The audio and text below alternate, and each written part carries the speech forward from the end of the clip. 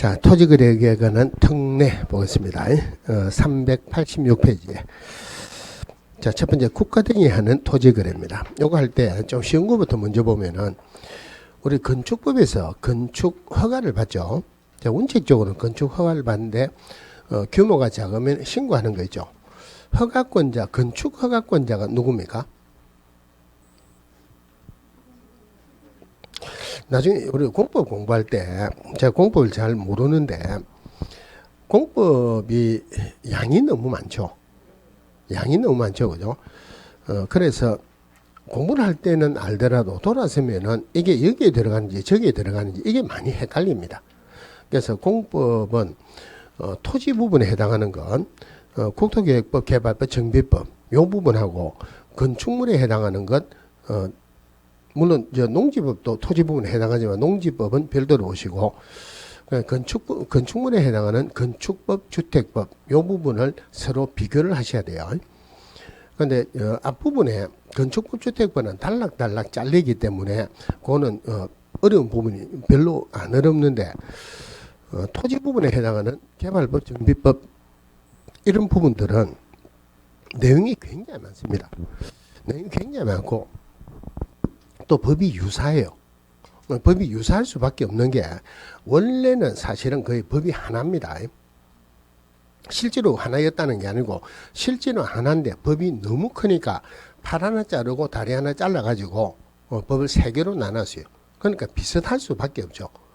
비슷하다 그러면은 공부를 하면 어제도 누가 그러는데 이거는 하기는 했는데 할 때는 했는데 돌아서면은 이게 어느 부분에 뭐가 들어가고 그래서 공법을 토지 부분에 보려고 그러면은 제일 좋은 방법이 목차를 외우는 거예요. 그러니까 목차를 처음부터 다 외울 수가 없으니까 처음에 큰 목차를 외우면 큰 목차 1번 안에 그 다음에 작은 목차 큰 2번에 작은 목차 큰 3번에 작은 목차 요래 외우면은 순서가 딱 정해져 있죠. 그죠? 절차법이니까 절차만 알면은 돼요. 그런데 그 안에 나중에 공부를 하더라도 너무 세세한 것 이런 것들은 하게 되면은 할 게 너무 많습니다. 그러니까 골치 아프니까 너무 세세한 것 이런 거는 시행령이나 시행규칙에 있는 거는 일단 빼버리고 가세요. 법에 나와 있는 것. 그러면은 기본적으로 목차를 쭉 알면은 흐름을 쭉 안다는 말이에요. 흐름을 안다 그러면은 어떤 부분을 공부하면은 이게 어떤 흐름 안에 여기에 들어간다. 지금 문제가 뭐냐면은 그 부분만 공부를 하면은 전체적으로 어디에 들어가는지 이게 이 법에 들어가는지 저 법에 들어가는지 그 법 안에서 어느 부분에 해당하는지 요거 헷갈립니다. 그냥 그것만 딱 잡으면은 그 다음부터는 큰 문제가 없어요. 건축법하고 주택법도 서로 조금 비교를 해야 되는데 이건 물론 처음부터는 비교는 안 되고 기본적으로 공부를 좀 하고 비교를 해야 되겠죠. 건축법하고 주택법이 제일 큰 게 뭐냐면은 오늘 공부 시간 아닙니다. 건물 하나를 지으려면은 건축법에서 건축 허가를 받아야 돼요. 그 다음에 일정 세대 이상의 주택을 지을 때 예를 들어서 30세대 이상의 아파트를 지을 때는 주택법에 따라서 사업계획 승인을 받아야 됩니다. 그럼 제일 먼저 생각하는 게 건축허가 대상인 건물하고 사업계획 승인 대상인 건물하고 규모가 어느 게 큽니까? 사업계획 승인 대상이 크죠. 자, 그러면 그걸 가지고 그럼 건축허가권자는 원칙적으로 시군구청장이에요. 사업계획 승인권자는 건물이 더 크죠. 원칙적으로 시도에서입니다. 그래 나눠지겠죠. 그런데 허가권자가 시군구청장인데 일정 규모 이상 되면 시도의사로 올라가요. 사업계획 승인권자는 원칙적으로 시도의사인데 일정 규모보다 작으면은 시군구청장으로 내려옵니다. 자, 그래가지고 이제 건물을 다 지었어요. 건물을 지으면은 건축법에서는 사용 승인이라고 합니다. 사용 승인을 받아야 건물을 지을 수 있어요. 똑같은 말인데 표현 방법에 다르게 주택법에서는 사용 검사라 그래요. 그러면은 사용 검사를 받는다 아니면 사용 승인을 받는다 하는 말은 건축허가 내준 대로 사업계획 승인 내준 대로 건물을 잘 지었는지 검사하는 거죠. 규모가 사업계획 승인 대상인 게 건물의 규모가 크죠. 검사하는데 어느 게 시간이 많이 걸립니까? 사업계획 승인 대상인 게 시간이 많이 걸리죠. 그러면은 사용 검사하는 것은 7일 이내 사용 승인하는 건축법에 따라 받은 거 사용 승인 받는 것은 7일 이내 주택법에 따라서 사격 승인 받는 것은 15일 이내. 앞뒤 말이 맞아지죠. 그러니까 나중에 서로 비교를 하는데 비교를 하는 게 비교를 하는 공부가 아니고 그래 비교를 함으로써 그냥 하나하나 하는 것보다 더 공부가 잘 될 때가 있다 이 말이에요. 그러면은 다시 건축법에서 건축 허가를 받아야 되고 원칙적으로 허가를 받아야 되는데 규모가 작으면 신고를 합니다. 그런데 아까 건축허가권자가 원칙적으로 시군구청장이라 그랬죠, 그죠? 그런데 국가 등이 건물을 지을 때 제일 좁다고 시군구청장이 갖고 허가해 줄래? 안 하겠죠. 국가 등이 할 때는 협의하면 돼요. 협의를 하면은 허가를 받은 거로 본다. 똑같은 말입니다. 이게 볼게요. 자, 1번에 토지거래 허가 신청의 당사자의 한쪽 또는 양쪽이 국가 등인 경우 세 번째 줄 시군구청장과 협의할 수 있고 협의가 성립된 때는 토지거래계약에 관한 허가를 받은 것으로 본다. 협의가 되면은 허가를 별도로 안 받아도 되고요. 허가 대상이 아닌 건 아니에요. 협의하면은 협의를 받은 거로 본다. 이거 말도 안 되게 협의가 되어도 별도로 허가를 받아야 된다라고 틀리게 나온 적도 있었어요. 오른쪽에 그 대통령령으로 정하는 공공기관, 공공단체 그거 다 외워야 됩니까? 안 외워야 됩니까? 쳐다보지도 마세요.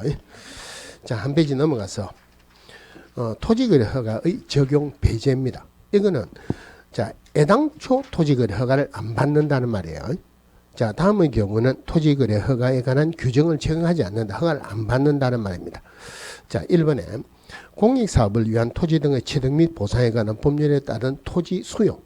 자, 공치법에 따른 토지 수용할 때 투기 목적으로 수용합니까? 공익사업용으로 수용합니까? 이거 투기 목적이 아니죠, 그죠?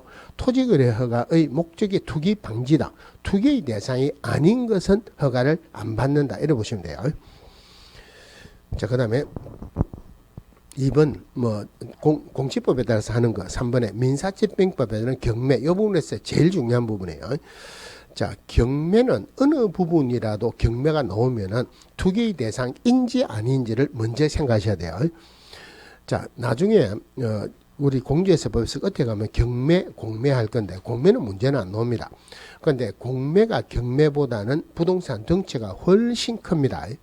경매가 상대적으로 부동산 덩치가 작죠, 그죠? 부동산이 경매로 나왔다. 시중가격보다 싸게 나온다, 비싸게 나온다. 싸게 나오죠. 그러면은 덩치가 작은 부동산이 시중가격보다 싸게 나온다. 경매 받으려는 사람은 많습니까, 작습니까? 많죠. 자격이 떨어질 가능성은 높다, 낮다. 자격이 떨어질 가능성이 극히 낮죠. 그런데 자격이 떨어질 가능성이 극히 낮은 거를 가지고 고금리로 돈 빌려 가지고 투기한다, 안 한다? 투기 안 하죠. 경매는 투기의 대상이 아니다, 그죠? 그러니까 경매도 투기의 대상이니까 토지거래 허가 안 받는다는 말이에요. 마찬가지로 경매가 투기의 대상이 아니니까 경매로 처리했다. 부동산 거래 신고한다, 안 한다? 부동산 거래 신고 목적도 주 목적이 투기 방지죠. 부동산 거래 신고를 오로지 매매 계약이나 공급 계약 처리할 때 신고하는데 경매는 투기의 대상이 아니니까 부동산 거래 신고도 안 합니다. 자, 그다음에 4번에 이제 파란 것만 볼게요. 한국자산관리공사의 매각이 의뢰되어 3회 이상 공매하였으나 유찰된 토지를 매각하는 경우. 아까 공매는 아까 덩치가 크다 그랬죠. 공매가 덩치가 크다는 말은 공매 받으려는 사람은 많다, 작다? 별로 없죠. 덩치가 크니까 개인적으로는 공매 받기 어려워요. 그러니까 공매 받으려고 하는 사람이 별로 없으니까 자기에게 떨어질 가능성이 상대적으로 높다는 말이에요. 투기 대상이 돼요. 투기 대상이 되니까 원칙적으로 토지거래 허가를 받아야 돼요. 그런데 토지거래 허가를 못 받아가지고 계속 유찰되면 문제가 되거든요. 그래서 원래는 공매는 토지거래 허가를 받아야 되지만 공매를 하더라도 3회 이상 유찰되면은 토지거래 허가를 면제시켜 줍니다. 자, 그 다음에 5번에 법 구조에 따른 외국인 등이 토지 취득 허가를 받은 경우. 여기 뭐냐면 외국인 특례 규정에서 허가도 시군구청장에게 허가를 받죠, 그죠? 그 신고 관청이라 했어요. 여기 토지거래 허가할 때 시군구청장 허가 관청이라 그랬죠. 똑같은 사람이에요. 똑같은 사람에게 외국인 특례 규정에서 허가를 받았다. 여기에서 또 받아야 된다, 안 받아야 된다? 안 받아도 된다. 이렇게 생각하세요. 한마디로 여기에서 볼 수 있는 방법이 투기의 대상인지 아닌지, 투기의 대상이 아니면은 허가 안 받아도 된다, 그죠? 자, 그렇게 볼 수도 있고, 또 하나가, 자, 1번을 보시면은 공치법에 따른 토지 수용, 2번도 공치법에 따른 3번의 민사집행법에 따른 쭉 나오면서 전부 다가 무슨 법에 의해서 하는 거죠. 무슨 법에 의해서 하는 거, 법률 규정에 의한 거 하는 거니까 투기하는 것 아니다. 그죠? 그래서 여기 옛날에 공부에 나왔을 때 어떻게 하면 나왔냐면은 다음 중 토지거래 허가를 받아야 되는 거는 뭐냐? 요 안에 거 4개 내고 민법에 따른 교환계약. 우리 교환계약 할 때 민법에 따른 교환계약 이런 말 안 하죠. 토지거래 허가를 받아야 된다. 그죠? 자, 오른쪽에 다른 법률에 따른 인가허가 등의 의제. 요거는 부동산거래 신고 제도할 때 제일 처음에 했어요. 토지거래 허가의 목적이 투기 방지라 그랬죠. 농지증의 목적도 농사 짓겠다, 투기 안 하겠다는 말이에요. 목적을 이미 달성했으니까 토지거래 허가 받았다, 농지증 받아야 된다, 안 받아도 된다, 안 받아도 된다. 거민의 목적도 투기 방지죠. 토지거래 허가 목적도 투기 방지니까 이미 목적을 달성했죠. 그래서 토지거래 허가 받았다, 거민 별도로 안 받아도 되죠. 부동산 거래 신고. 자, 토지거래 허가의 목적은 투기 방지고 부동산 거래 신고의 목적은 투기 방지 실거래가 신고. 목적이 2개라 그랬죠. 그럼 목적을 다 달성을 못했으니까 토지거래 허가 받았다 하더라도 부동산 거래 신고는 해야 된다죠. 자, 그 다음에 이제 앞으로 넘어갑니다. 어디로 가느냐면은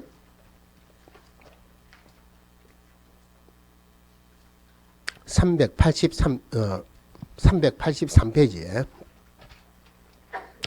토지 이용에 대한 조사, 요거 조금 이따 하고 밑에 4번 이행명령부터 볼게요. 자, 이행명령하고 이행강제금이 나옵니다. 자, 근데 이행강제금이 뭔지를 먼저 한번 보고 들어갈게요. 자, 예를 들어서 건물이 오래 있습니다. 건물이 오래 있는데 옥탑방을 하나 더 만들었어요. 이거 건축입니까 아닙니까? 건물이 있는데 옥탑방을 하나 더 만들었다. 우리 건축의 종류에 5가지 종류가 있죠. 신축, 정축, 개축, 재축, 대수선. 이 정축인 거죠. 그러면은 허가 받아야 되죠. 허가 안 받고 건물을 지었어요. 허가 안 받고 건물을 지으면은 벌 주겠죠. 자, 벌을 주는데 징역 또는 벌금을 주는데 이런 거 가지고 징역을 주지는 않겠죠. 그죠? 자, 벌금을 줍니다. 그러면은 이 건축주는 벌금을 내려가야 되죠. 기분 좋게 냅니까? 별로 기분 안 좋게 내겠습니까? 기분 좋게 냅니다. 왜 기분 좋게 내느냐 하면은 형벌, 징역 또는 벌금은 일사부질의 원칙에 따라서 한 번 벌을 받으면 그 건으로는 다시는 벌을 안 받습니다. 그러면은 허가 안 받고 건물을 지었다, 건물 지어놓고 벌금만 한 번 내면은 이 건으로는 다시는 벌을 안 받는다는 말이죠. 이거는 문제가 있죠. 그죠? 그래서 이행강제금이라는 걸 만들었어요. 이행강제금이라는 걸 도입을 해가지고, 자, 그러면 허가 안 받고 건물을 짓다, 건물 철거해라 합니다. 건물 철거해라, 철거할 때까지 계속적으로 벌을 주는 거, 이것을 이행강제금이다 그래요. 자, 여러분들 시험치기 위해서 공부하는 것 중에서 이행강제금이 총 4번 나와요. 건축법에서 이행강제금 나오죠. 그 다음에 농지법에서도 이행강제금 나와요. 우리 민법에서 명의신탁 했습니까? 하여튼 민법에서 명의신탁이라는 게 나올 거예요. 그게 법이 어디서 나오느냐면은 부동산 실권리자 명의 등기에 관한 법률 여기서 나오는데 중개사법에서도 그 부분이 문제가 자주 나오니까 나중에 중개사법에서도 할 거예요. 거기에서도 이행강제금이 나오고 그 다음에 토지거래 허가 부분에서도 이행강제금이 나옵니다. 이행강제금이 총 4개 나와요. 나중에 되면 제가 전체적으로 한번 정리를 해드릴게요. 자, 근데 요 중에서 이행강제금 4개 중에서 토지거래 허가에 관한 이행강제금이 제일 중요해요. 토지거래 허가에 관한 이행강제금이 제일 중요한 이유가 뭐겠습니까? 제가 하는 거니까. 자, 제일 중요하다는 말은 몇 번째로 봐야 된다? 첫 번째로 봐야 되죠. 첫 번째로 봐야 된다. 숫자는 뭡니까? 1이죠. 그래서 거기에 3번부터 올라갈게요. 자, 토지 이용에 관한 조사입니다. 자, 시군구청장은 토지거래 허가를 받은 자가 허가받은 목적대로 이용하고 있는지를 국토교통부 령으로 정하는 바에 따라 조사해야 된다. 근데 허가관청은 매년 1회 이상 토지의 개발 및 이용 등하는 실태 조사해야 된다. 아까 1이죠. 그죠? 토지 이용하고 있는지 1년에 몇 회 이상? 1년에 1회 이상. 자, 그 다음에 허가받은 목적대로 이용을 안 하면은 그 밑에 이용 의무 이행 명령. 자, 시군구청장은 토지의 이용 의무를 이행하지 아니한 적에 대해서 상당한 기간을 정해서 토지의 이용 의무를 이행하도록 명할 수 있다 그랬는데 그 상당한 기간이 그 밑에 줄 3개월 이내로 정합니다. 요게 틀린 답으로 한번 나온 적이 있었어요. 3개월 이내의 기간으로 이행해라고 이행 명령을 합니다. 자, 그 다음에 양가로 이번에 이행 강제금. 자, 그럼 명령을 했는데도 이행을 안 하면은 이행할 때까지 이행 강제금을 부과해요. 그런데 이행 강제금 중에서 토지거래 허가 부분이 제일 중요하다 그랬죠. 그럼 이행 강제금은 100분의 원래는 1이니까 1 해야 되죠. 그런데 100분의 1로 하면 돈 내고 치우지 이행 안 하거든요. 그러니까 100분의 10 이내입니다. 자, 근데 구분해야 되는 게 농지법에서도 이행 강제금 나온다고 그랬죠. 농지예요. 농지 100분의 얼마일까요? 100분의 20입니다. 그런데 여기에서는 100분의 10이 아니고 100분의 10 이내로 한다. 100분의 10 이내로 한다라는 말은 차등이 차별적으로 적용한다 이 말이죠. 자, 그 박스 안에 기억에 토지거래 허가를 받아 토지를 취득한 자가 당초 목적대로 이용하지 아니하고 방치한 경우 핵심적인 단어가 방치죠. 경상도 사람 발음을 세게 하면 빵치라 그러죠.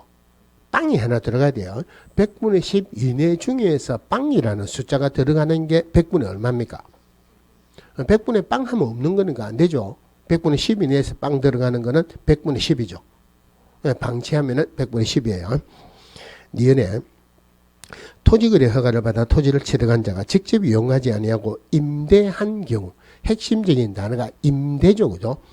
이건 아무리 생각해도 제가 연결할 수 있는 방법이 없어요. 그래서 별로 좋은 방법은 아닌데 임대할 때 임자로 시작하는 임실이라는 도시가 있죠. 임실에 뭐가 유명하죠? 치즈가 유명하죠. 치즈가 유명하다 100분의 얼마일까요? 100분의 7이에요. 자, 토지거래 허가를 받아 토지를 취득한 자가 허가관청의 승인을 얻지 아니하고 당초 이용 목적을 변경하여 이용하는 경우 핵심적인 단어가 변경이죠. 그죠? 변경할 때 화장실에서 일보죠. 그죠? 화장실에서 변비 있는 사람 일본데 굉장히 힘들대요. 그 변비 없는 사람 그거 이해를 못 한답니다. 굉장히 힘들게 일을 보고 난 뒤에 뭘 합니까? 오, 예, 그러잖아요. 그죠? 변경 100분의 얼마일까요? 100분의 5. 자, 그 외의 경우. 그런데 그 외의 경우 이런 것들을 지금은 우리 법에서 한자말로 쓴 거를 한글로 고칠 수 있는 거는 전부 다 고쳤고 고치고 있는 중이에요. 그런데 이런 거를 옛날에 전부 다 기타라 그랬어요. 기타 한자말이니까 그 외의 경우 이랬는데 기타. 원래 기타는 뭐 하는 거죠? 기타 치는 거죠. 치는 거다 100분의 얼마일까요? 100분의 7. 자, 다시 확인합시다. 자, 이행강제금이 토지거래 허가 부분이 이행강제금이 제일 중요하다. 몇 번째로 봐야 된다? 첫 번째로 봐야 된다. 1이죠. 그죠? 이용 실태조사 1년에 몇 회 이상? 1년에 1회 이상.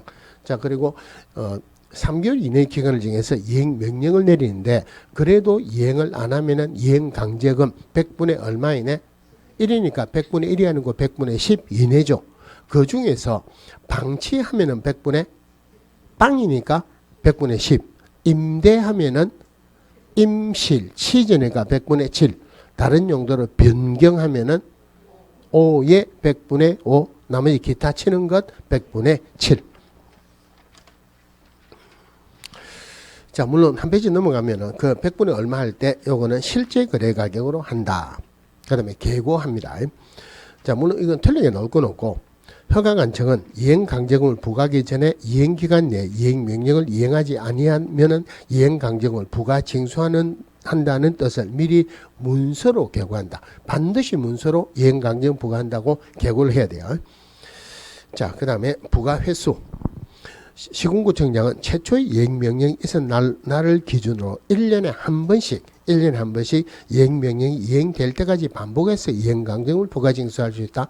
아까 첫 번째 봐야 되나 1이죠. 그죠? 이행강제금 1년에 몇 회? 1년에 한 번입니다.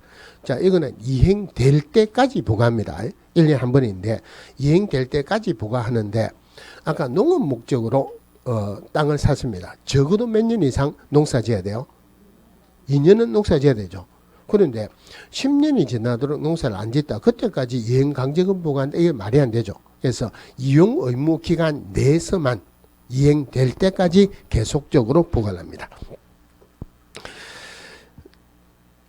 3번에 시군구청장은 이행명령을 받은 자가 그 명령을 이행하는 경우에는 새로운 이행강제금의 부과를 즉시 중지하되, 당연한 이야기죠. 명령을 이행하기 전에 이미 부과된 이행강제금은 징수해야 된다. 자, 이행강제금을 부과를 했어요. 아니, 돈을 안 받았습니다. 이행했습니다. 그러고 난 뒤에 이행을 했어요. 이행하기 전에 부과한 이행강제금은 받아야 됩니까? 안 받아야 됩니까? 자, 이행해라고 이행명령을 내렸어요. 이행명령을 내렸는데 아니, 돈을 못 받았습니다. 이때 이행을 했어요. 이행을 하고 나면은 이행강제금 부과하면 안 되죠.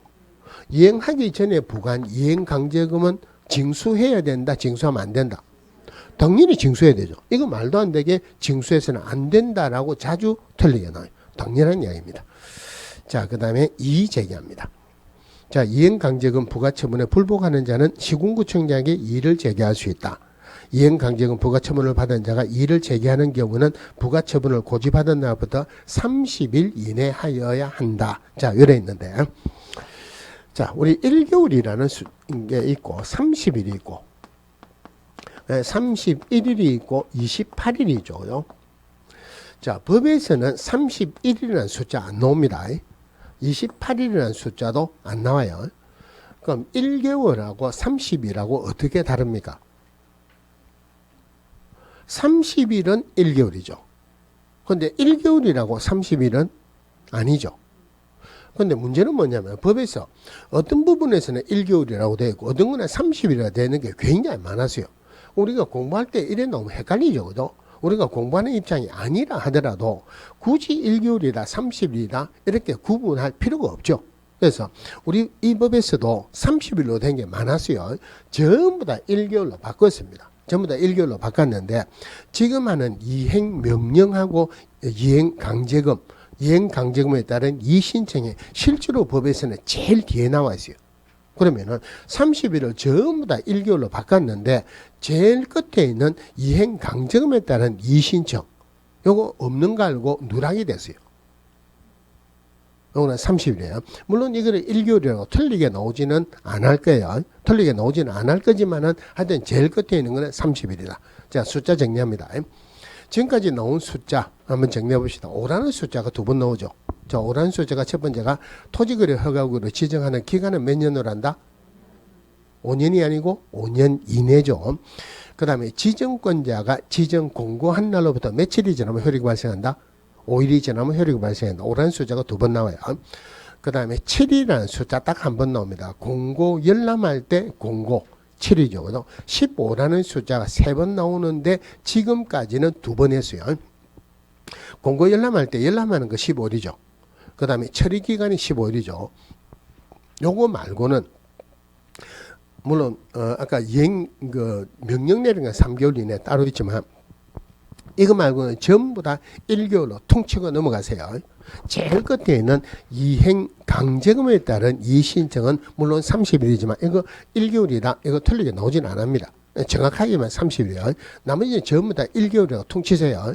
그러면은 자, 토지거래 허가 또는 불허가 처분에 따른 이의신청. 일반적으로는 이의신청은 불허가 처분에 따른 이의신청하겠죠. 그런데 법에서는 허가 또는 불허가 처분에 따른 이의신청 이래 됐어요. 얼마 이내 한다? 아까 나머지 전부 다 1개월로 통치라 그랬잖아요. 얼마 이내? 1개월 이내. 그 다음에 매수 청구하는 거 얼마 이내? 1개월 이내. 선매 협의 완료하는 거 얼마 이내? 1개월 이내. 전부 다 1개월로 통치고 넘어가세요. 별도로 이러지 말고. 자, 그러면 선매협의 완료를 1개월 이내 해야 돼요. 그러니까 1개월 이내 하는데 아까 선매할 때 가격은 무슨 가격으로 한다 했습니까? 시가를 한다, 감정 가격으로 한다 그랬죠. 그래도 얼마로 하겠다 하고 이야기는 해줘야 되겠죠. 그러면은 1개월 이내 선매협의가 완료가 돼야 돼요.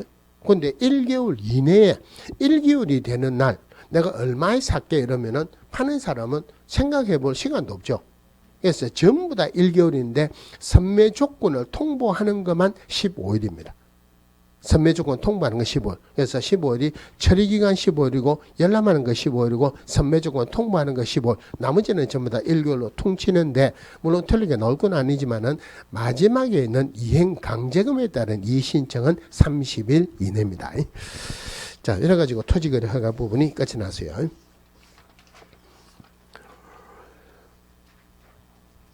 저 뒤에 넘어가면 벌칙은 여기에서는 문제가 안 나온다 그랬죠, 그죠? 아까 벌칙에 허가받고 계약을 체결하면은 393페이지에 2년 이하의 징역 또는 100분의 30 이하의 벌금, 요거는 사문화된 규정이 안 나오고 393페이지 밑에 2번 권리 의무의 성계 문제 안 나옵니다. 넘어가서 직가 동향조사 문제 안 나와요. 안 나오는 건 제가 전부 다 읽어볼까요? 아니면은 그냥 넘어가도 됩니까? 그냥 넘어가도 되죠, 그죠? 자, 그 다음에 넘어가시면은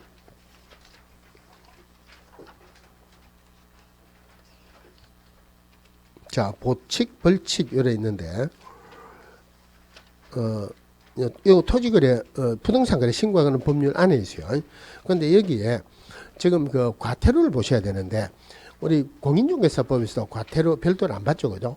100만 원 이하, 500만 원 이하 누가 부과한다, 그 얼마다 하는 정도만 보시고 아직까지 그거를 세부적으로 외울 단계는 아니고 여기서도 이제 과태료를 보셔야 되는데 과태료는 우리 외국인 특례 규정에서는 과태료 받죠, 그죠? 자, 외국인 특례 규정에서 과태료 다시 볼게요. 계약으로 취득을 했습니다. 계약으로 취득했다 신고하는 걸 압니까, 모릅니까? 알죠? 60일 이내 한다, 6개월 이내 한다, 60일 이내. 그러면은 계약 외로 취득했다, 60일 이내, 6개월 이내. 6개월 이내. 이럴 때는 취득일로부터 6개월. 아까 계약일 때는 계약일로부터 60일. 계속 보유 신고는 외국인 된 날로부터 모르죠, 그죠? 그래 모르니까 6개월 이내. 그러면은 위반하면 신고 규정을 위반했으니까 형벌입니까, 과태료입니까? 과태료죠. 그러면은 60일 이내 신고한다는 말은 안다는 말이죠. 6개월 이내 신고한다는 말은 모른다는 말이죠. 알면서도 신고 안 했다, 몰라서 신고 안 했다, 어느 게 벌이 커야 됩니까? 알면서도. 그래서 알면서도 신고 안 하는 60일 이내 신고 안 하면은 300만 원 이하의 과태료. 6개월 이내 신고하는 것은 위반하면은 100만 원 이하의 과태료. 자, 외국인 특례규에서 과태료는 했는데 부동산 거래 신고에 관한 제도에서 과태료 안에 내용은 지금 볼 단계는 아니에요. 그래서 그 과태료를 봐야지 포상금이 나옵니다. 그래서 포상금은 지금 과태료를 안 했으니까 지금 볼 수는 없고 요거는 다음 달로 할 때 과태료 보면서 넘어가 합시다. 자, 부동산 정보 관리 이런 거 문제 안 나옵니다. 뭐 업무의 전산적 처리 이런 것도 문제가 안 나오고 여기까지 해가지고 부동산 거래 신고하는 법률이 끝났어요. 그러면은 여기까지 해가지고 우리 공인중개사법에서 법령 부분이 끝이 났습니다. 우리 시험 범위가 법령하고 중개 실무로 나눠지는데 법령이 70%, 실무가 30%로 나옵니다. 그런데 그 중개 실무라는 게 실제로 중개업을 하면서 어떻게 하느냐 여기 나오는 게 아니고 우리 공인중개사법 안에서 실무 파트가 있어요. 그리고 또 하나가 우리 중개업을 하면서 관련되는 여러 가지 법들 이제 그런 것들이 실무로 나옵니다. 그럼 여기에 중개 실무 확인 조사 방법 요래 나오는데 지금 여기에서 나오는 중개 실무는 문제가 안 나옵니다. 문제가 안 나오니까 어디를 보시냐면은 제가 중개 법령을 하면서 요 부분은 나중에 실무 부분에서 하겠습니다고 생략하고 넘어간 부분이 있어요. 153페이지에서 넘어가 가지고 154페이지 중개계약 보겠습니다. 154페이지에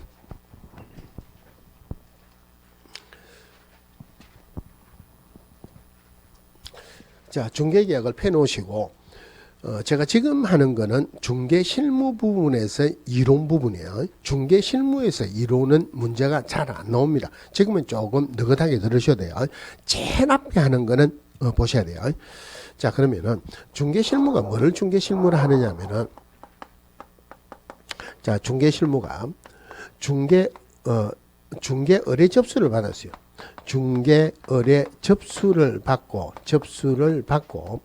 중개가 완성될 때까지의 1년의 과정을 중개 실무라고 합니다.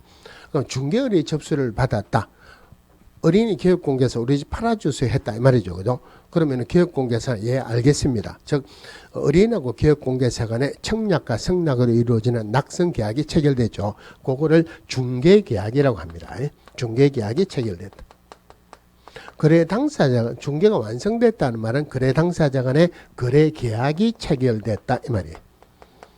지금 이런 문제가 나올 단계가 이미 넘어갔는데 여기서 오래전에 문제가 두 번 나왔어요. 중개실무의 마지막 단계는 무슨 계약이다?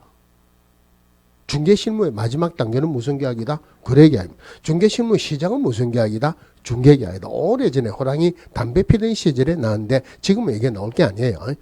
자, 그럼 여기서는 어떤 걸 하나를 보셔야 되냐면은 거래계약을 체결하면 거래계약서 작성하고 통상계약금 10% 지급하겠죠. 그죠? 조금 있다가 중도금 지급한다. 그 다음에 잔금 지급한다. 또는 등기 이전한다 하는 게 기업공개서가 관여되어 있을 때 관여되어 있는 것이 예정되어 있을 때 요 행위든 중개행위로 보느냐 안 보느냐 여기에서 중개실무 이런 부분에서는 여기 제일 중요합니다. 자 여기 이제 판례가 나오는데 이 판례에서 문제가 나올 게 두 개로 구분합니다. 자 중개보증인이 잔금을 횡령을 했어요. 이 판례가 나오는 근간이 중개보증인이 잔금을 횡령을 했다. 그러면은 기업공개서 물어줘야 되느냐 안 물어줘도 되느냐 이게 문제가 됐어요. 그러니까 중개보증인이 잔금을 횡령했다. 의뢰인이 기업공개서에 손해배상 청구합니다. 이유가 뭐냐면은 우리 고용인 할 때 고용인의 업무상 행위는 그를 고용한 기업공개서 행위로 본다 그랬죠. 그죠? 즉 고용인이 업무상 행위의 결과 의뢰인의 재산상 손해가 발생했다. 누가 그 행위를 한 거로 본다. 기업공개사 행위를 한 거로 본다. 궁극적으로 손해배상 책임은 누구에게 있다? 기업공개사의 손해배상 책임이 있다. 그래서 기업공개사에게 손해배상 해라고 했는데 기업공개사 못 물어주겠다. 소송이 벌어졌어요. 기업공개사 항변을 하기로 자 고용인이 중개 행위를 하다가 어린의 재산상 손실을 발생했을 때 기업공개사 물어줘야 되는 건 당연하다. 그런데 중개 행위는 거래계약이 끝나면은 중개 행위가 끝이 난다. 그러니까 이거는 중개행위로 볼 수 없다는 말이에요. 중개행위로 볼 수 없으니까 내가 물어주는 것은 아니다라고 항변을 합니다. 자, 근데 중개행위냐 아니냐 하는 게 우리 제일 첫 시간에 중개업 할 때 제가 어떤 설명을 드렸냐면은 자, 이게 5층짜리 아파트에 누가 경비 아저씨한테 혹시 아직 집이 있습니까? 물어봤어요. 그러니까 인터폰에 해갖고 계약을 체결했다. 그런데 경비 아저씨가 입간판을 딱 내걸고 중개합니다. 간판을 내걸면은 계속 반복적으로 영리를 목적으로 한 것을 전제 조건으로 한다. 중개배당한다 그랬죠. 그러면 이 경비 아저씨는 중개행위 하는 거죠. 그죠? 근데 누가 물어보면은 아저씨 왜 중개행위 합니까? 물어보면은 중개행위 한다 합니까? 안 한다 합니까? 안 한다 그러죠. 결론적으로 중개행위에 해당하는지 여부는 그 중개행위를 하는 본인이 판단하는 게 아니고 사회통념상 객관적으로 판단해야 된다라고 설명을 드렸는데 그 판례가 여기서 나와요. 뭐랬냐면은 기업공개사는 중개행위는 거래계약이 체결되면 중개행위가 끝나니까 이거는 중개행위 아니다. 그래서 내가 물어주는 것은 아니다. 그러니까 판사가 판결을 내리면서 중개행위냐 아니냐 하는 것은 기업공개사 당신이 판단하는 게 아니고 사회통념상 객관적으로 판단해야 된다. 그래서 사회통념상 객관적으로 판단해 보니까 중도금 지급하거나 잔금 지급하거나 등기 이전하는 것이 기업공개사가 관여되어 있는 것이 예정되어 있을 때는 이것도 중개행위로 본다. 이것도 중개행위로 본다. 결론적으로 잔금을 횡령을 했다. 중개보존이 잔금을 횡령했다. 중개행위를 함으로써 어린이 재산상 손해가 발생했으니까 기업공개사 물어주라 이 말이에요. 여기서 나온 판례가 아까 요거 중개행위로 보느냐 안 보느냐 하는 것은 기업공개사의 주관적인 의사에서 판단하는 게 아니죠. 사회통념상 객관적으로 판단한다. 요거 하나. 그 다음에 중도금이나 잔금 지급하거나 등기 이전하는 것도 중개행위로 본다. 나오는 게 지문이 두 개로 같이 나와요.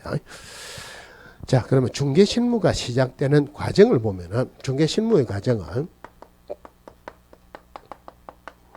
자 처음에 자 A가 갑에게 우리 집 팔아주세요. 그러면 어린이하고 기업공개사 간의 계약이 체결됐죠. 그러면 중개계약이 체결됩니다. 자 중개계약이 체결되면은 제일 먼저 하는 게 어린이 확인 조사 중개대상물에서 확인 조사를 합니다. 자 두 번째 중개대상물의 확인 조사를 한다. 자, 확인 조사를 하고 상대방이 어떤 집을 사주세요 그럼 조사한 내용을 설명을 합니다. 확인 설명이라고 그래요. 자, 확인 설명을 합니다. 자, 확인 설명 해가지고 A하고 B하고 OK 하면은 거래 계약이 체결됩니다. A하고 B하고 OK 하면은 거래 계약이 체결된다. 거래 계약의 체결이란 거래 계약서 작성하는 게 거래 계약의 체결이 아니고 거래 당사자 간의 의견의 합치를 보면은 거래 계약이 체결돼요. 그러면 여기 다른 말로 중개가 그 전에 하는 게 중개가 완성된다 이러면 중개가 완성된다. 중개가 완성된다는 말이나 거래 계약 체결한다는 말이나 똑같아 그러죠. 그죠? 그러면은 거래의 당사자는 A와 B지만은 거래 계약서 작성은 기획공개사 작성합니다. 기획공개사가 거래 계약서를 작성하고 거래계약서 작성하는 때에 아까 확인 설명한 내용을 문서로서 작성합니다. 이것을 확인 설명서라 그래. 확인 설명서 작성한다. 자, 기획공개사가 거래계약서 확인 설명서 작성했는데 거래 당사자는 A하고 B죠. 기획공개사가 거래계약서 확인 설명서를 거래 당사자에게 교부하고 일정 기간 동안 보관하여야 한다. 자, 중개심의 과정이에요. 그래서 우리가 공부를 할 때도 요 순서대로 공부를 해야 됩니다. 자, 그런데 확인 조사한 내용을 확인 설명하죠. 확인 설명한 내용을 문서로서 작성하는 게 확인 설명서예요. 그런데 우리 법에서 규정되어 있는 확인 설명하는 사항하고 법에서 규정되어 있는 확인 설명서에 기재되는 사항이 똑같지는 않습니다. 똑같지는 안 하지만 이거 틀리게 안 나옵니다. 그러니까 뗄래야 뗄 수 없으니까 공부할 때는 요거 세 개를 한꺼번에 같이 할게요. 그럼 제일 먼저 봐야 되는 게 중개계약이죠. 자, 중개계약. 누구와 누구 간의 계약을 중개계약이란다. 아까 의뢰인하고 누구? 의뢰인과 기획공개사 간의 계약을 중개계약이라 한다. 이러죠. 자, 중개계약 누구하고 누구 간의 계약이다? 의뢰인하고 기획공개사 간의 계약이에요. 자, 질문 한번 하고 들어갈게요. 자, 공인중개사법이든 부동산거래 신고하는 법률에서 서명 날인하는 게 좀 많이 나옵니다. 요 지문에 자주 나와요.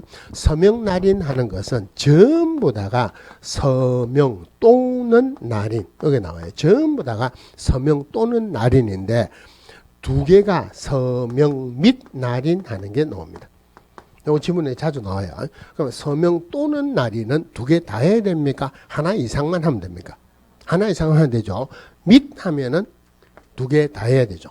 그러면은 다른 거는 전부 다 서명 또는 날인인데 거래계약서하고 확인설명서에만 거래계약서 확인설명서만 그것도 다른 사람이 할 때는 빼고 기업공개사하고 소속공개사 할 때만 서명 및 날인이에요. 다른 거는 전부 다 서명 또는 날인입니다. 다시요. 기업공개사하고 소속공개사 하는 것만 그것도 딴 거 빼고 거래계약서 확인설명서만 서명 및 날인입니다. 나머지 전부 다 서명 또는 날이네요. 자, 질문할게요. 소속공개사도 중개모 할 수 있죠. 자, 소속공개사 손님을 모시고 와가지고 중개계약서를 작성합니다. 그러면은 소속공개사는 그 중개계약서에 서명 및 날인 하는 거 맞다 틀렸다. 소속공개사가 중개계약서에 서명 및 날인 하는 거 맞다 틀렸다. 일단 중개계약서는 거래계약서 확인설명서 아니죠. 그러면 서명 및 날인하는 거 아니죠. 그죠? 그러면 소속공개사는 그 중개계약서에 서명 또는 날인하는 거다 아니다.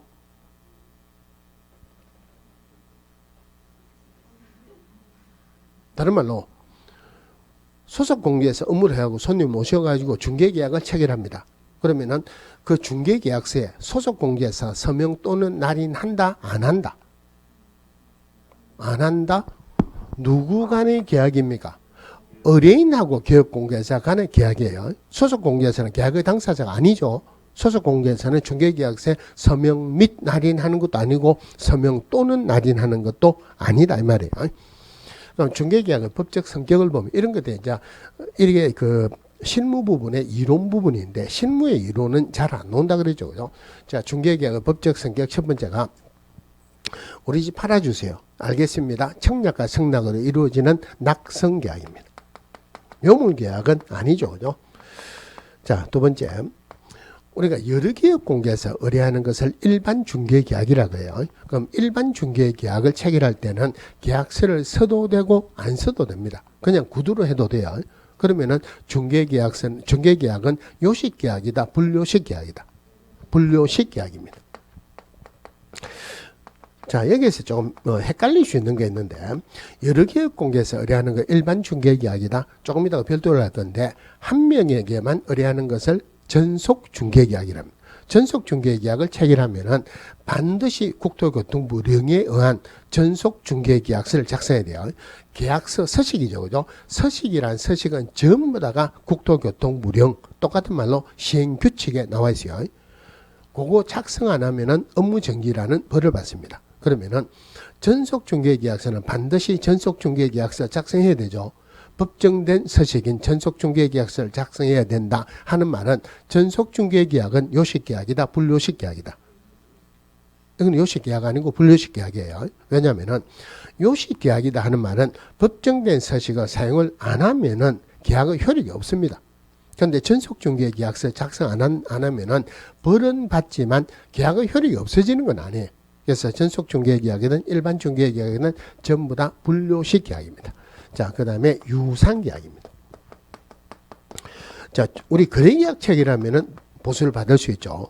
그런데 중개계약은 판례에서는 거래계약이 체결되는 것을 조건으로 하는 특수한 유상계약이다. 유상계약이다. 그래서 여기에서 어떤 말이 나오느냐면은 저번에 중개 보수할 때 말씀을 드렸는데 제가 들고 있는 게 분필이죠. 그죠?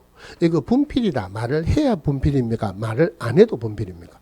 말 안 해도 분필 맞죠? 중개계약은 원래가 유상계약이에요. 그러니까 중개계약 체결할 때 유상임을 말을 해야지 보수받을 수 있다. 말 안 해도 받을 수 있다. 말 안 해도 받을 수 있다. 다른 말로 중개계약 체결할 때 보수에 관한 약정이 없다 하더라도 거래계약 체결되면 보수받을 수 있다 이 말이에요. 자, 그 다음에 중개계약은 편무계약이다 이랬어요. 편무계약이다. 옛날에는 편무계약이다. 편무계약이라는 말은 한쪽으로만 의무가 있다 이 말이죠. 그죠? 오래전에 중개계약의 법적 성격으로 틀린 게 뭐냐 이래가지고 틀린 답으로 편무계약 대신에 쌍무계약으로 나왔어요. 쌍무계약으로 나왔다. 그런데 누가 이걸 틀렸습니다. 틀려가지고 소송을 했어요. 소송을 하니까 판사가 판결을 내리면서 어떻게 내렸냐면은 자, A가 갑에게 우리 집 팔아주세요. 중개계약이 체결됐죠. 그러면은 자, 갑이 다른 손님을 모시고 이 집 보러 왔습니다 하고 같이 왔어요. 그러면 A가 집을 팔려면 집 보여줘야 됩니까? 안 보여줘도 됩니까? 당연히 보여줘야 되죠. 이것은 우리 법으로 표현하기로는 의뢰인은 기업공개사가 확인 설명하는 의무를 이행하는데 협조해야 되는 의무가 있다. 이랬어요. 그럼 의뢰인은 기업공개사 의무가 있죠. 그죠? 그러면은 기업공개사 중개 의뢰를 받았다. 반드시 중개해야 되는 의무가 있습니까? 없습니까? 반드시 중개를 해야 되는 의무는 없죠. 그러니까 한쪽으로만 의무가 있다고 편무계약이다 이랬어요. 자, 그런데 이 중개계약은 우리 민법의 계약법에 중개계약이라는 이름이 없습니다. 우리 계약법에 보면 우리 시험 범위가 민법 총칙, 물권법, 계약법이죠. 그죠? 그럼 계약법에 계약 총칙이 있고 계약의 전형적인 종류, 강론으로서 15개가 있어요. 그런데 옛날에는 전부 다 시험 범위였는데 지금은 전부 다가 시험 범위가 아니고 그 중에서 매매, 교환, 임대차만 시험 범위죠. 그죠? 그거 말고도 많이 있어요. 그런데 거기에 중개계약이라는 이름은 없습니다. 이름이 없다고 중개계약은 무명계약이다. 무명계약이다. 이걸 다른 말로 하면 전형적인 계약이 아니다. 비전형계약이다. 자, 비전형계약이다. 그런데 판사가 판결을 내리면서 계약법에 나와 있는 것 중에서는 위임하고 가장 유사하다. 그래서 중개계약은 위임유사계약이다. 위임유사계약이다. 중개계약은 위임유사계약이다 하는 말은 중개 의뢰를 받았다 하는 말은 기업공개에서 의뢰인의 위임을 받았다 하는 거하고 똑같이 본다 이 말이에요. 위임, 계약법의 위임편에 보면은 위임을 받은 사람은 어떤 의무가 있냐면은 선량한 관리자로서의 주의 의무, 선관주의 의무가 있다 이랬거든요. 그러면은 의뢰인은 기업공개사에게 확인 설명하는 의무를 이행하는데 협조해야 되는 의무가 있고 기업공개사는 의뢰인에게 선관주의 의무가 있다. 둘 다 의무가 있죠. 그래서 이 판례 때문에 편무계약이 아니고 쌍무계약이다. 이렇게 바뀌었어요. 그래서 편무계약이 아니고 쌍무계약이다. 이런 정도만 이래 보시면 됩니다. 자, 그럼 중개계약의 종류를 보면은 이것도 문제가 나올 단계는 넘어갔으니까 간단하게 보시면 돼요. 자, 중개계약은 기본적으로 때 일반 중개 아니면은 독점 중개입니다. 자, 중개계약은 단독 중개 아니면은 공동 중개입니다. 자, 중개계약은 정가 중개 아니면은 순가 중개입니다. 간단하게 한번 볼게요. 자, 우리가 의뢰를 할 때 A가 갑에게 우리 집 팔아달라 한 명에게만 의뢰하는 게 일반적입니까? 여러 기업공개에서 의뢰하는 게 일반적입니까? 여러 기업공개에서 의뢰하는 게 일반적이라고 여러 기업공개에서 의뢰하는 것을 일반 중개계약이라 그래요. 한 명에게만 의뢰하는 것을 독점 중개계약이라 합니다. 자, 그러면은 일반 중개계약을 체결했다. 그러면 의뢰를 받은 기업공개에서 전부 다 보수를 받는 것은 아니죠. 거래계약을 체결시킨 기업공개에서만 보수를 받을 수 있죠. 그러면은 거래계약 체결시킨 기업공개에서만 보수를 받을 수 있다 하는 말은 기업공개사 간의 다툼의 소지가 굉장히 많다는 말이에요. 자, 예를 들어서 A가 갑에게 우리 집 팔아달라.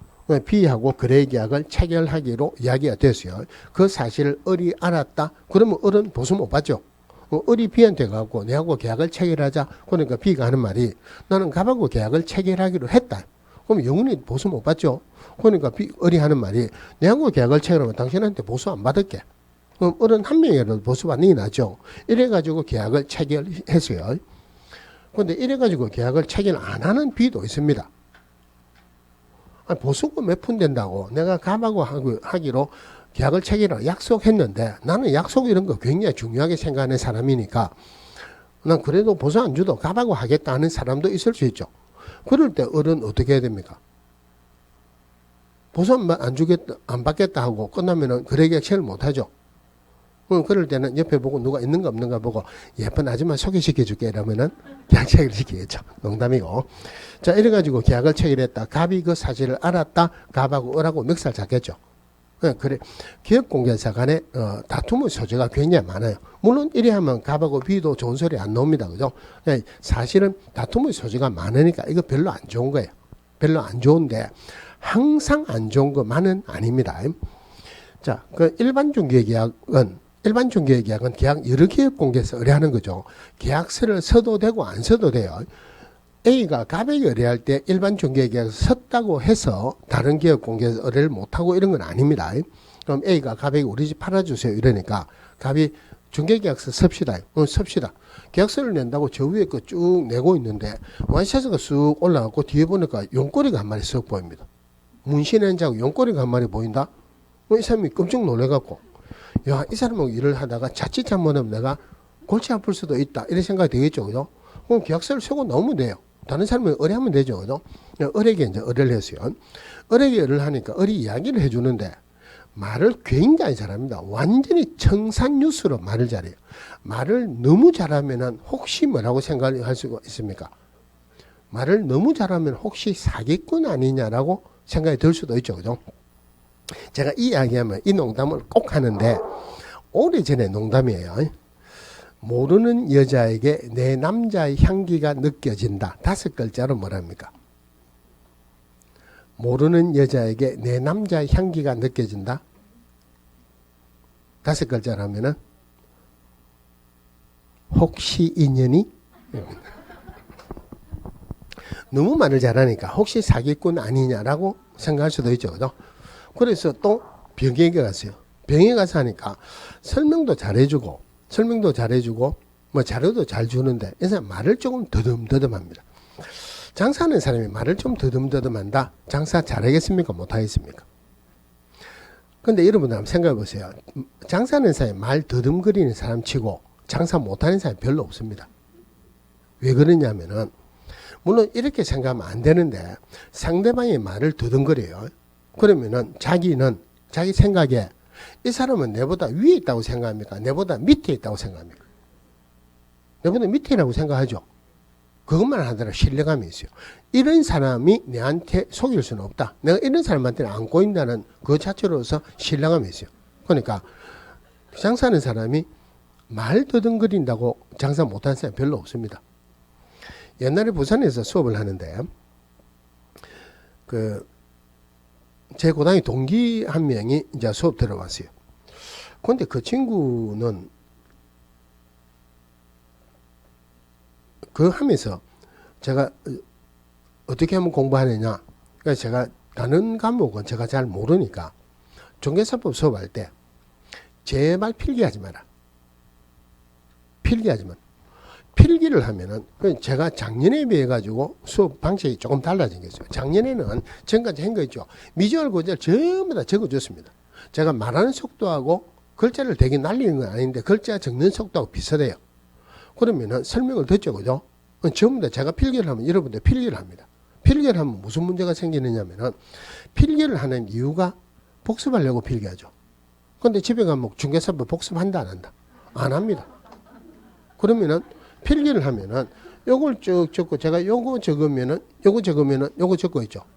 쭉 가가지고 저거 다 적고 이쪽으로 와서 적고 설명을 하고 적으면은 요거 적고 있습니다. 설명도 못 듣고 필기해가지고 복습도 안 하고. 제가 이제 그때 많이 적은 이유가 뭐냐면은 말을 듣는 것보다는 말을 들으면서 글자로 보는 게 훨씬 기억이 오래 가요. 그래서 일부러 필기를 했는데 가능하면 지금 필기를 안 하려고 해요. 그래야지 듣기를 잘 듣습니다. 그래서 듣기만 들어라.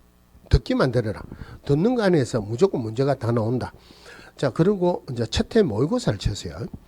그 학원에 한 150명 정도 있었는데 그때 재수하는 사람이 한 30명 정도. 그러니까 처음에 공부하는 사람 치고서는 중개사법 1등 했어요. 재수 1회 모의고사 같으면은 재수생이 점수가 훨씬 높습니다. 근데 거기 한 반 정도는 들어갔어요. 그런데 나중에 가만히 생각하니까 중개사법은 듣기만 들으면 된다. 공부를 안 해요. 듣기만 듣고. 그래도 뭐 들으면 점수가 어느 정도 나오지만은 자기 공부 안 하면은 고득점은 안 나와요. 그래서 어떻게 하면은 점수를 좀 올릴 수 있을까 고민을 하다가 자, 근데 모의고사를 치는데 내기를 했어요. 이번에 80점 넘게 받으면은 내 삼계탕 사줄게. 산쪽에서 못 받으면은 뭐 그냥 쪽팔리는 걸 하자. 이건 남자들끼리 내기하는 게 굉장히 크죠. 물질적으로 따지면 제가 손해죠. 근데 다른 쪽으로 하면은 참 질 수는 없다고요. 그래서 자존심을 딱 건드리게 내기를 했어요. 그런데 삼계탕 사줄게 할 때 뭐랬냐면은 혼자 사주는 게 아니고 데리고는 모든 사람에게 다 사줄게.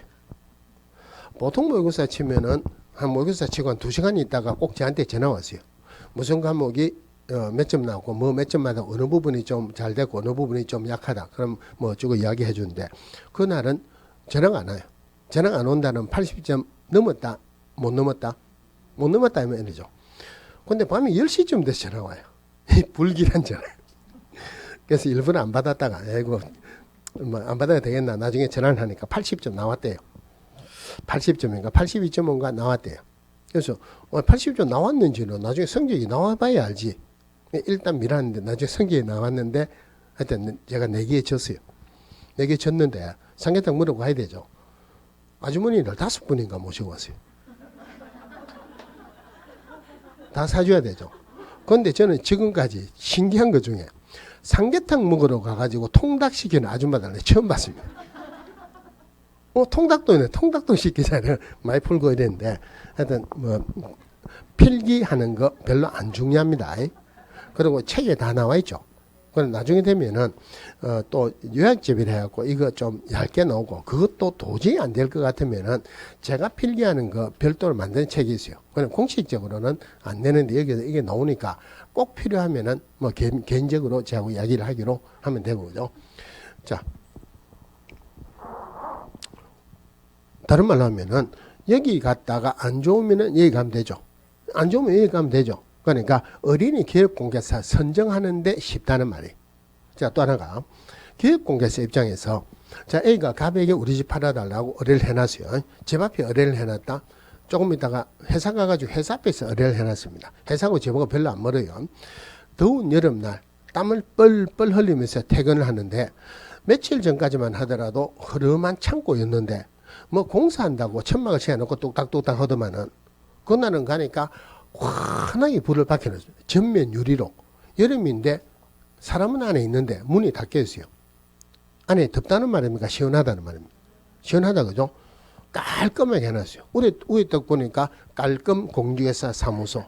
떡 지나가면서 보니까 예쁜 아가씨가 미니스커트 요만한 거 입고 앉아 있습니다. 그냥 지나가야 됩니까? 들렸다 가야 됩니까? 들렸다 가야 되죠. 그럼 들르고 뭐라고 합니까? 우리 팔아달라 하면 되죠. 다른 말로 하면은 문만 열어놓으면은 누구든지 들어올 수 있다. 신규 진입하기에 좋다는 말이에요. 항상 안 좋은 건 아니다. 그죠? 자, 그 다음에 한 명에게만 의뢰하는 것을 독점 중개 계약이라 그래요. 그럼 독점 중개 계약은 내가 받을 걸 왜 당신이 받았느냐? 이런 거 없죠. 그러니까 다툼의 소지가 없다는 말이에요. 그러니까, 좋아요. 근데 독점 중개도 항상, 그 독점 중개는 기업공개사에게 제일 유리한 중개계약이야. 그런데 이거라도 항상 좋은 건 아닙니다. 그럼 A가 한 명이 의뢰하는데 누가 잘하는지 이건 늘 알고 있는 건 아니죠. 그러니까 기업공개사 선정하는데도 어려움이 있고 맨 처음에 중개사무소 개설 등록해가지고 내가 잘한다고 소문이 나기로도 어렵다. 그죠? 신규 진입에도 어려움이 있다. 이거는 독점 중개계약은 유효기간 내에 거래계약만 체결되면은 자기가 계약을 체결시켰던 다른 사람이 계약을 체결시켰던 거래계약 체결되면은 무조건 기업공개사 보수를 받습니다. 무조건 받아요. 그런데 이게 우리나라에서는 독점 중개를 인정을 안 해요. 미국이나 영국 같은 데 인정 안 합니다. 그럼 독점 중개 계약을 체결했으니까 기업공개사가 돈을 많이 벌겠죠. 그죠? 이 뭐 돈을 많이 번다라고 사회적인 지위를 판단하는 건 아니지만은 우리나라에서 변호사하고 기업공개사 누가 지위를 높다고 봅니까? 변호사죠. 그죠? 미국 가면 변호사보다 기업공개사가 지위가 훨씬 높아요. 실제로. 우리 제일 큰 누님이 저 미국에 살고 있는데 제가 옛날에 회사 그만두고 다른 거 사업하다 쫄딱 말아먹고 이걸 했어요. 미국에서 우리 동생이 어떻게 사는가 싶어가지고 전화가고 요새 뭐 하느냐. 공주에서 강의를 한다고 했길래 이야 대단한 거 하네. 저는 동생이 뭐 이랬는데 힘 내준다고 그래 하는가 싶어도 미국이라 그러면은 변호사보다 기업공개사 훨씬 대단한데 그 강의한다 그러면 진짜 대단하죠. 그때서 우리나라에서 대단하지 않은 거는 아닙니다. 그죠? 자, 근데 우리나라에서는 독점 중개를 인정 안 해요. 우리나라에서는 독점 중개하고 유사한 전속 중개 계약을 인정을 하는데 독점하고 전속이 어떻게 다르냐면은 자, A가 갑에게 우리 집 팔아주세요. 지금 전속 중개 계약 나중에 별도로 하겠지만 간단하게 설명을 드릴게요. 자, A가 갑에게 우리 집 팔아주세요. 갑이 B를 소개시켜줬어요. 그런데 A가 갑을 통해서 알게 된 상대방하고 기업공개사를 배제하고 당사자의 직접 거래 계약을 체결했다. 이거는 약속 위반했어요. 약속 위반했으니까 A는 갑에게 위약금을 지급해야 된다. 얼마만큼 위약금을 지급하느냐? 중개 보수에 해당하는 금액만큼 위약금을 지급해야 돼요. 자, A가 갑에게 전속 중개 계약을 체결했다는 말은 유효기간 내에는 다른 기업공개사에게 의뢰를 안 하겠다는 약속이죠. 그런데 그 약속을 깨고 다른 기업공개사에게 의뢰해가지고 거래가 되었다. 약속 위반했어요. 마찬가지로 위약금을 지급해야 되는 의무가 있다. 제일 자주 나오는 게 A가 스스로 발견한 상대방과 거래를 했어요. 스스로 발견한 상대방과 거래를 했다. 제가 공인중개사 강의를 처음 할 때 법령 처음부터 한 게 아니고 오늘 하는 실무부터 시작을 했어요. 제일 처음에 스스로 발견한 상대방과 거래했다 이래 나오니까 저 뒤에서 누가 하는 말이 서발상 하면서 막 욕을 하더라고요. 그래서 왜 이래 욕을 하는가 나중에 알고 보니까 그 사람이 재수생인데 스스로 발견한 상대방. 자, 스스로 발견한 상대방 거래했다 이럴 때는 뭐냐면은 자, 기업공개사 입장에서는 일반 중개가 유리합니까? 전속 중개 계약이 유리합니까? 기업공개사 입장에서는 전속 중개에게 유리하죠. 그죠? 전속 중개 계약을 체결하면은 유효기간 내 안정적인 수입이 보장이 된다. 그래서 자기가 거래 계약을 체결시키려고 자기 비용을 써가면서도 중개하려고 노력을 합니다. 그런데 스스로 발견한 상대방과 거래하면은 비용을 손해를 보죠. 그죠? 기업공개사 때로는 돈을 못 벌지언정 손해를 보면 안 돼요. 그래서 그 비용을 보상을 해줍니다. 중개에 소요된 비용을 지급을 하는데 문제는 뭐냐면은 그 비용을 한도 끝도 없이 줄 수는 없어요. 최고를 얼마를 주냐면은 보수의 50%입니다. 보수의 50% 범위 내에서 중개에 소요된 비용을 지급해야 된다. 자, 요게 전속 중개예요. 근데 독점 중개라면 어떤 경우라 하더라도 기업공개상 보수를 다 받겠죠. 그러니까 지금부터는 제가 독점이라는 말은 안 합니다. 자, 그럼 일반 중개냐 전속 중개냐 하는 것은 기업공개사가 한 명이냐 여럿이냐 이 말이죠. 그죠? 그런데 단독 중개냐 공동 중개냐 하는 것도 기업공개사 한 명이냐 여럿이냐 이거예요. 그런데 이거는 시점이 다릅니다. 자, 일반 중개냐 전속 중개냐 하는 것은 중개 의뢰를 할 때요. 자, A가 갑에게 우리 집 팔아난다. 을에게 병에게 중개 의뢰를 할 때 기업공개사 여럿이 있으면은 일반 중개입니다. 그런데 거래계약 체결할 때 일반적으로 한 명의 기업공개사가 거래계약을 체결하죠. 한 명의 기업공개사가 거래계약을 체결하면은 단독 중개입니다. 단독 중개. 자, 그런데 요즘은 단독 중개보다는 공동 중개가 더 많아요. 자, 2명 이상의 기업공개사가 거래계약을 체결하는 것을 공동중개라고 하는데, 여러분들 혹시 모의고사 칠 때 보면은 공동중개할 때 보수를 누구에게 받냐 등등 이런 지문이 나옵니다. 제가 모의고사 치면은 문제를 보고 말씀을 드릴게요. 그런 거 문제 안 나옵니다. 절대 문제 안 나와요. 법에서 벗어난 거는 관례적으로 하는 거를 문제가 나오면은 나중에 이신장 들어옵니다. 그런 거는 문제가 안 나오니까 맞든 틀리든 뭐 별로 신경 쓸고 문제가 나오면 이런 거는 생각하지 마세요 하고 말씀드릴게요.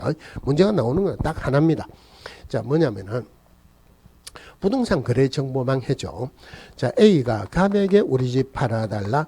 부동산 거래 정보망에 정보 공개했다. B가 을에게 어떤 집을 사달라. 검색어 보니까 맞아주세요. 그럼 A가 갑에게 우리 집 팔아달라. B가 을에게 어떤 집을 사달라. 부동산 거래 정보망을 통해서 거래가 이루어지면 필수적으로 공동중개가 된다. 요거 정도만 보시면 돼요. 자, 그러니까 일반 중개냐 전속 중개냐 하는 것은 의뢰를 할 때 한 명이냐 여럿이냐, 단독 중개냐 공동 중개냐 하는 것은 거래계약 체결할 때 한 명의 기업공개사가 거래계약을 체결시키느냐 여러 기업공개사가 거래계약을 체결시키느냐, 이게 다르죠. 그죠? 그 다음에 정가중과 순가중개, 우리 법대로 받으면 정가중개예요. 순가중개는 조금 이상하게 받는 겁니다. 예를 들어서 누가 임야를 팔아달래. 얼마에 팔아줄 거야? 이러니까 5개 팔아달래. 그럼 보수 얼마 줄랍니까? 이러니까 내가 보수를 별도로 줄 건 없고 당신이 얼마에 팔아도 좋다. 내한테 5만 넘겨달라. 이게 순가중개예요. 현실적으로 임야가, 토지나 임야는 현실적으로 순가중개가 많이 이루어집니다. 자, 그러면 순가중개하고 관련돼서 우리 시험에서는 봐야 되는 게, 순가중개를 금지합니까 안 합니까? 자, 지금까지 법령 다 끝났죠. 그죠? 우리 법령에서 순가중개라는 말이 한 번이라도 나왔습니까 안 나왔습니까? 한 번도 안 나왔죠. 그럼 다른 말로 우리 공인중개사법에서 순가중개를 금지하는 규정은 있다 없다? 순가중개라는 말 자체가 없었죠. 순가중개를 금지하는 규정은 없습니다. 다른 말로 하면은 순가중개했다고 처벌하는 규정도 없습니다. 그런데 순가중개 계약을 체결하면은 일반적으로 법정 보수보다 많이 받을까요? 작게 받을까요? 많이 받겠죠. 순가중개 계약의 결과 법정 보수보다 초과해서 받게 되면은 금지행위로 처벌한다. 순가중개 계약 자체를 금지하거나 처벌하는 규정은 없는데 결과적으로 초과보수에 해당하게 되면 금지행위로 처벌한다. 이 말이에요. 이제 그거 정도만 보시면 돼요.